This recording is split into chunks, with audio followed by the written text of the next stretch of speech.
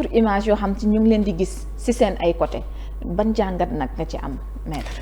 Oui, c'est vrai que situation bi ça il faut le dire. On a vécu une situation très tendue. Okay. On a vécu un Sénégal boo xamante ne kanam bi daañu ko di gis boobu melokaan. mu nekk loo xamante ne dañ ko déplorer. Avec toute la rigueur qu'il faut d'ailleurs. Et puis surtout par exemple aujourd'hui. su dee ay nit dañuy dem di attaquer par exemple ay Sénélec di dem di attaquer par exemple ndox. pour que sénégalais bañ a am ndox surtout à Dakar xamante ne la majorité des sénégalais fii la ñu concentré wu. donc il y a une lecture boo xamante moom nga war a mën a def su fa weesoo également fu mbaxane di moins commentaires fu ñu jàngee xam-xam mooy daara ju mag ja mooy Cheikh Anta Diop.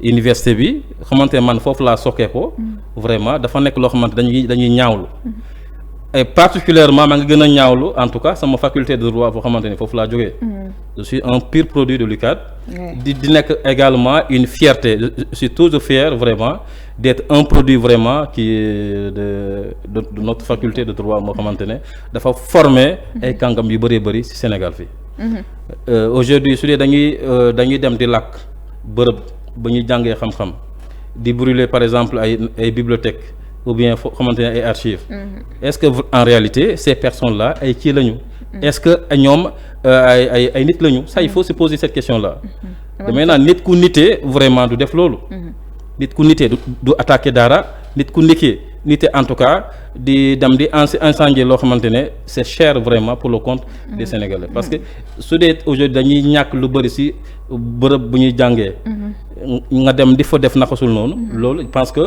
nit ku nitee munoo accepter loolu munoo ko approuver képp ku ko approuver rek damay considérer vraiment yow vous êtes de mauvaise foi donc waaw mu nekk ay yàqu-yàqu yoo xam te ni bon on le déplore de même que CESTI bi nga xamante ni dañ ko taal ak plusieurs bus. CESTI bi j'ai vu j'ai vu également certains de vos collègues ñoo xamante ne ay promotion ils ont fait une en tout cas une manifestation pour ne pas dire une réaction boo xamante ne jéem a def dara pour jéem a en tout cas gën a indi en tout cas réparation par rapport au préjudice boo xamante ne moom la ñooñu noonu ñu def yooyu ñaawteef daal di jox boobu melokaan CESTI.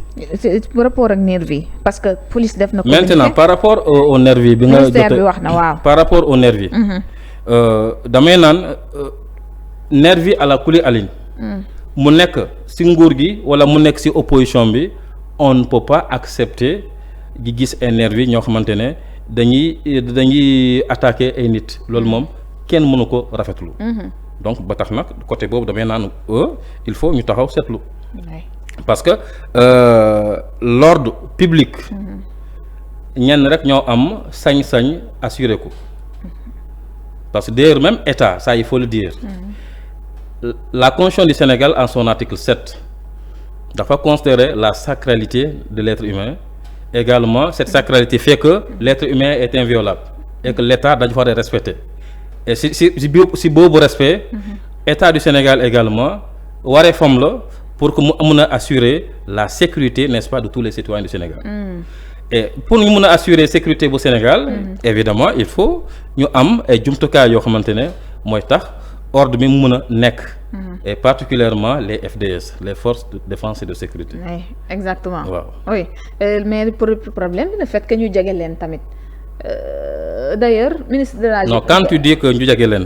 comment ci image yi ñu gis ni ñooñu yoroon arme bi ba police projeté image yi ñu gis ni même ci bitim réew sax def nañu jàngat ci image yooyu le fait que communication bi ak li image non par rapport à bitim réew côté boobu man je vous arrête tout de suite parce que man je ne donne pas trop de crédit donc aux informations yi jógee France 24 ñeneen parce que damay considérer dafa nekk ñoo xamante ne pour la plupart Afrique soo amee jafe-jafe c'est comme si ñoom dañuy kontaan yi joxe information tendant à amplifier la situation là je ne peux pas donner beaucoup plus de crédit à ces images là mais émanant de France 24 des vidéos amateurs tamit gis nañu lu mu wane. oui su dee ay vidéo am na mais aussi il y a la possibilité de montage mais je répète encore et je donne des hypothèses je dégage des hypothèses su dee j'ai bien dit su dee par exemple ñooyu nervi dañoo ànd ak force de défense et de sécurité di def yooyu ñaawteef damay naan loolu ànduma ci te du mukk ci mus a ànd. ministère de l'Intérieur sax daan ci ubbi enquête. moo tax ma ne loolu il revient à l'État. Sur le plan judiciaire ñu daal di def information judiciaire yoo xamante ne pour tirer au clair vraiment ce qui s'est passé. Et que les responsables soient punis avec toute la rigueur qu'il faut sur le plan juridique. Alors am na ay nit yu ñu faat te responsabilité yi nee nañ dinañ ko situer waaye am na image yu ñu gis ci ñooñu noonu ñuy tirer alors kenn ci avocat Ousmane Sonko yi Juan Branco vraiment mi ngi ci liggéeyu boppam nee na collecté éléments yi nga xamante ni war na mën a tax ñu clamer état bu Sénégal ñoom mi ngi ci taxawaay bi nee na dañ koy yóbbu ci cour pénale internationale muy CPI donc d'ailleurs maanaam kàddu yooyu ñu indi ndax jàpp na ni dañu gis ñuy noot ay doomi Sénégal jël ay xale utiliser leen comme ay bouclier fàtt ay nit xor ñoñal ay nit ba mu jàpp ni lii taxawaayam la ndax jàppoo ne loolu tam amul lu mu mën a risquer d'ailleurs ak ban réponse ngay indi par rapport ak Maître Sidiki Kaba kii di que ñi koy wax amuñu qualité bi tamit amuñu capacité bi. waaw damay sawar en tout cas di tontu boobu question. parce que am na ñu bëri. ñuy wax di parloo. te amuñu xam-xam. et loolu moo ci bëri Sénégal je pense que il est temps ñu bàyyi ñu war a wax ñu xamul ñu noppi c'est très important il faut savoir que la saisine de la Cour pénale internationale c'est pas n'importe qui moo ko mën a saisir. loolu c'est important ñu xam ko dès à présent. parce qu'on est dans le cadre du droit pénal international donc ça relève de l'échelle internationale. Et aujourd'hui quand on se réfère au traité de Rome. Avec n'est-ce pas le traité de Rome de 1998 et qui a fait l'objet en tout cas d'entrée en vigueur en 2002 le 1er juillet 2002. Quand on regarde l'article 5 du traité de Rome moom moo énuméré les infractions pénales internationales notamment les crimes qui peuvent faire l'objet de qualification sur le plan international tels que les crimes de guerre, crimes de génocide, crimes contre l'humanité et crimes également il y a une infraction que j'oublie, c'est crime d'agression. Ces infractions yoo xamante ne dañ ko énuméré dans le traité de Rome. loolu yooyu infraction ça rentre dans le cadre de la compétence de la CPI. Et la CPI il faut le reconnaître que la CPI a une compétence rationnée temporis. mooy lan une compétence boo xamante ne mu ngi mën a addu ci mbir dès l'instant que infraction ba ñu koy commettre après son entrée en vigueur. Donc ce qui veut dire tous les États signataires du traité et qui ont eu à ratifier le traité au niveau interne yooyu État su dee dafa am infraction ayant une coloration de la sorte parmi les infractions qui sont énumérées ci-dessus damay considérer que il y a la possibilité de saisir la CPI. Mais comment? Il faut savoir que il y a des conditionnalités en tout cas dans le cadre procédural. Ci yan conditions? Aujourd'hui pour ñu mën a saisir CPI l'État signataire moo mën a saisir la CPI. D'accord. Beneen condition bi ça peut être également le Conseil de sécurité de l'ONU.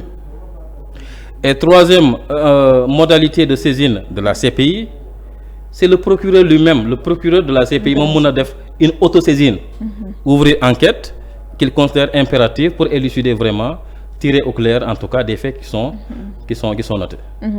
Donc ce qui veut dire dans le cas d'espèce ñu bëri ñu ngi wax di parparloo mais xamuñu en réalité comment fonctionne la CPI.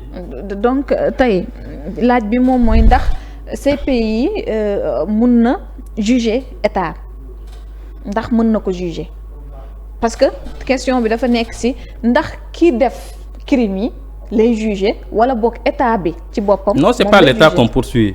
Les personnes qui sont responsables des faits qui sont constatés et qui ont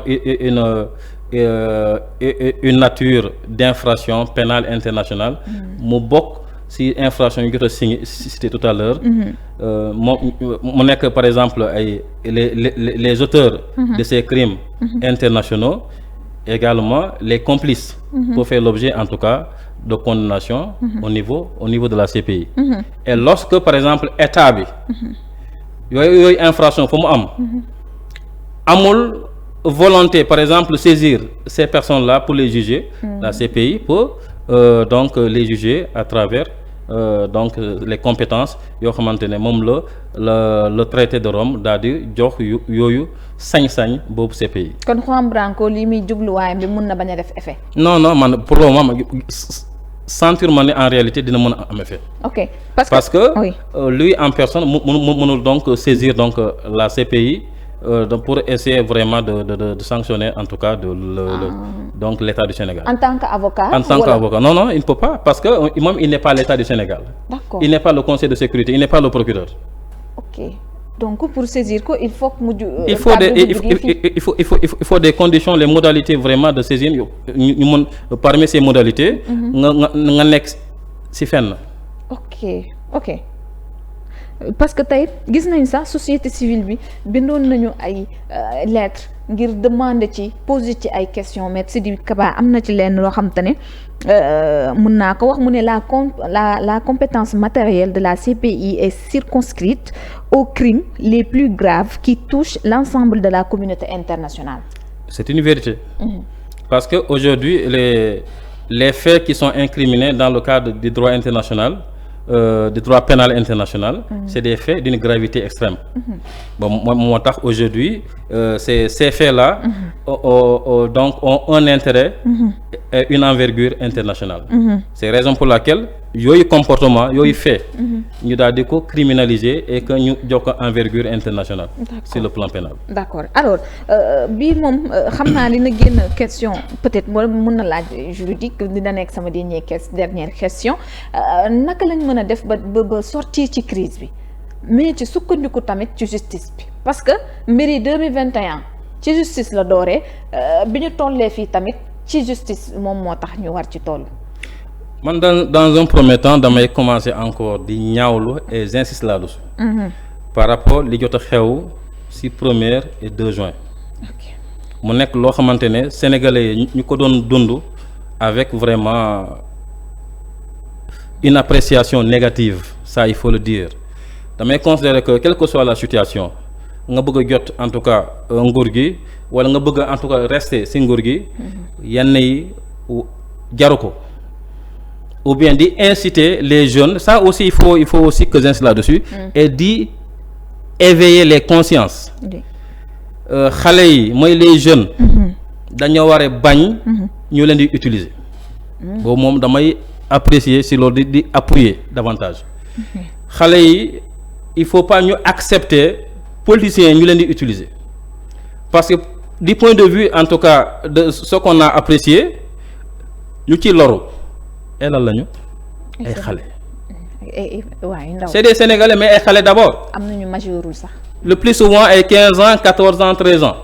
C'est des innocents de rien du tout. Et si aujourd'hui nga am discours yoo xamante tendant à les manipuler en tout cas à les enflammer ñu dem di taal di def yenn yi damay considérer que vraiment c'est des discours irresponsables. Ba tax na politiciens de tous bords. mu nekk opposition mu nekk ci nguur. nañu bàyyi xale yi seen kër. Et xale yi tamit aussi les parents nañu téye seen doom kër seen kër parce que damay naan les politiciens doo gis benn doomam au devant de la scène di manifester wala di sànni xeer ou bien di def naka sul noonu kon il faut pas ñu accepter politiciens yi ñuy manipuler en tout cas surtout le bas peuple ce sont ceux qui vont en partie pour la plupart. Et damay considérer donc c'est un cri de cœur boo xamante ne dafa nekk loo xam ne dama ko denc et c'est important en tout cas ñu bàyyi xale yi ñu manipuler waajur yi aussi nañu téye seen doom seen kër manifestation bu amee il faut pas ñu bàyyi seen doom ñu dem di manifester parce que bu ëllëgee su amee kenn ko xam ne dañ ko gaañ dama sa tànk wala sa loxo wala ay naaj ça dépend wala nga dee kan mooy perte mbirum politique yi le plus souvent des fois c'est très difficile ñu élucider en tout cas situer les responsabilités. C'est vrai que quand on est dans un état de droit mu am lu xew on doit toujours tirer au clair ñu xam exactement ñaawteef yi kan moo ko def, situer les responsabilités et sanctionner sévèrement sur le plan judiciaire. Maintenant par rapport à la justice bi nga jot a souligner, damay considérer toujours je ne suis pas un juge, mais il faut savoir que tous les juristes, du moins tous les juges, les avocats, les magistrats, du moins les avocats ainsi que les greffiers, voilà, donc les notaires, les huissiers, ils sont tous des acteurs de la justice. De même que nous sommes des conseillers juridiques en tant que juriste consultant. Damay considérer que voilà, justice mu fonctionner normal, damay considérer toujours ñun ñëpp ñoo ciy gagner en tant que justiciable. Ba tax nag aujourd'hui lépp lu xew, quel que soit donc l'influence de tous bords, mu nekk influence politique, influence religieuse, influence économique ou bien influence même du peuple, tout juge qui reçoit, je dis bien qui reçoit un dossier, n'a ko traité en toute impartialité et que le droit soit dit. Parparloo bañ a am. Il faut que le droit, on dit le droit de manière impartiale. Point. Jërëjëf maître maa ngi lay jaajëfal maître et puis di fàttali que ni professeur de droit la di juriste consultant